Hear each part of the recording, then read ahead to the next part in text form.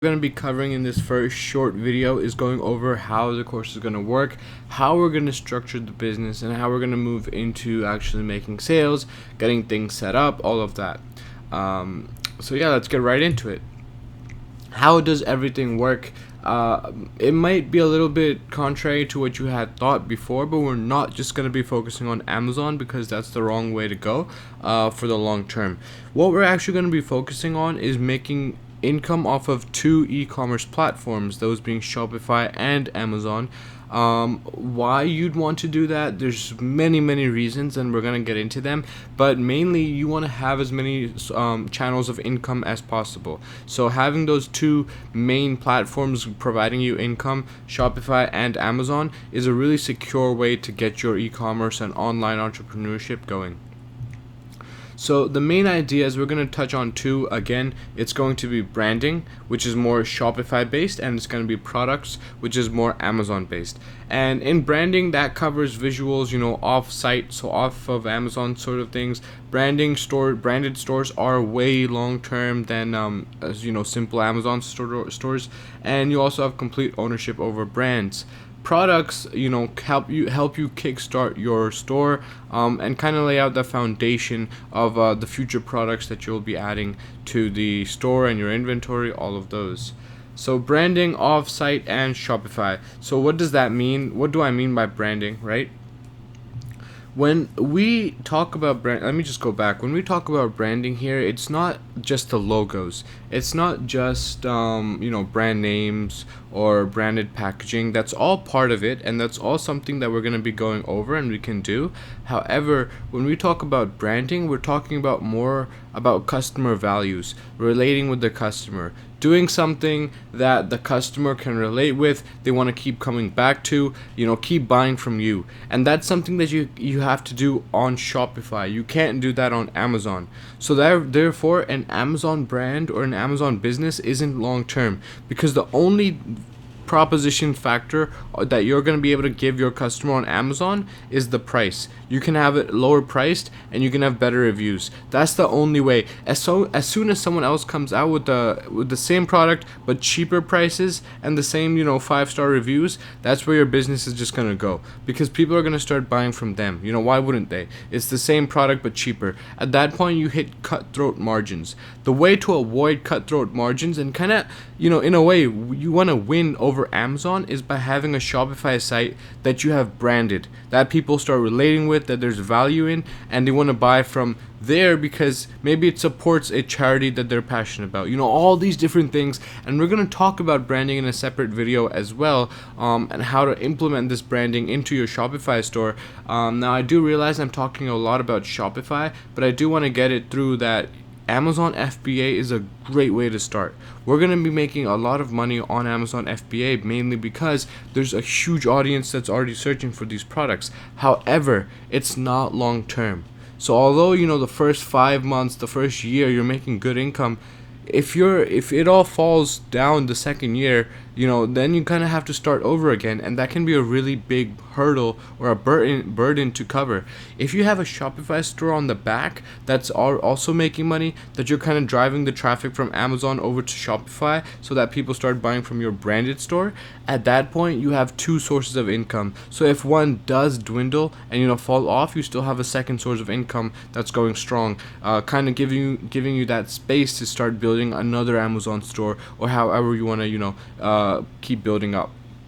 So that's kind of why we are also talking about Shopify in this, just because not only is it's gonna start off as our second source of income, but later on the Shopify store is what's gonna turn into a long-term brand. If you want to get your product on shelves in stores, in retailers, you need to have your own branded website. It can't just be off of Amazon. So there are a few cons to Amazon as well. There's monthly fees. There's very large commission fees. So for on Shopify, if you were say to sell $100 in profits, you'd hit like, I don't know, $10. No, that's too much. You hit like $4 or $5 in total commission. But on Amazon, a product that you sell for, I sold products when I was selling on Amazon. I sold products for about $180 to $200, and Amazon took I think it was $40 from that sort of sale. So their commission fees are humongous. You know, they're gonna eat you up. So that's kind of why you don't want to always live on Amazon. You want to keep moving past them. There's huge amounts of regulations that Amazon keeps adding. One I remember was notorious was you couldn't include your website in the packaging. So if someone ordered something and they got it, you couldn't have your website in that packaging, so that next time the customer could go to the website. And that was a really big deal as well, because now they're really restricting you. And that's one of the things that we talk about here as well. They restrict you so you can't do anything else but sell on Amazon. There's no long-term value in that. It's just like I mentioned earlier, it's a product and pricing. Product pricing and reviews, right? If someone beats you on those, you're kind of done, right? And it turns into a cutthroat sort of competition, and there's lack of freedom. And that's, again, it's obvious they don't allow you to move around too much. One negative experience I had with Amazon, there's tons of positive experiences obviously, but one negative experience was that so I was selling and I hit my first $1,000 in a day. As soon as I hit that, obviously I was excited, but what happened was Amazon sent me an email saying they put my account under review just because they want to check things out. I was like, oh okay, 24-hour review, I can work with that. But it was a 90-day review, and in this review period they stopped all my funds from coming into the bank. They stopped me from selling anything else, and kind of that's it. Now we're just gonna review your account for 90 days and check out what's going on. And I wasn't doing anything wrong, by the way. It was just because I hit a larger sales volume in a single day. They kind of shut down my account, and now they were holding my funds, stopping the entire business for 90 days, and there was absolutely nothing I could do about that. So that's kind of why Amazon owns you. If you sell on the Amazon platform, you don't have a brand. You're no one. Okay, you sell on Amazon, so they own you. That's kind of how they approach. So you definitely want to make sure that you have that second sort of backup plan in place, so that if anything does happen, you always have a second source of income, which is Shopify. So why Shopify? Again, like I mentioned earlier, you own it 100%. So you set the rules, you set the prices, you set the commission, if any, you set the shipping, you set all of it. You can have whatever kinds of images you want. Amazon only allows images with white backgrounds, right? Stuff like that. They have specific regulations and product description and all these other things. You can do whatever you want on your Shopify store. You can add videos to product description. You can change backgrounds. You can, link other people. You can have blog posts. You can have so much on your Shopify store because you own it completely. And that's a really strong backing to have. So the main idea, again, is to start off with Amazon as our main source of income, you could say, and then transition into that Shopify for a long-term income. That's kind of the idea that we're going here, right? It's a two-tier sort of e-commerce plan. So moving forward, what will happen is your Shopify store and product suppliers, if you want branded packaging, all of that is going to be covered by us. We can cover all of that. Your suppliers, all of that will be covered. Building that Shopify store with your product uploaded, all of that, your mentor will be able to do all of that as well.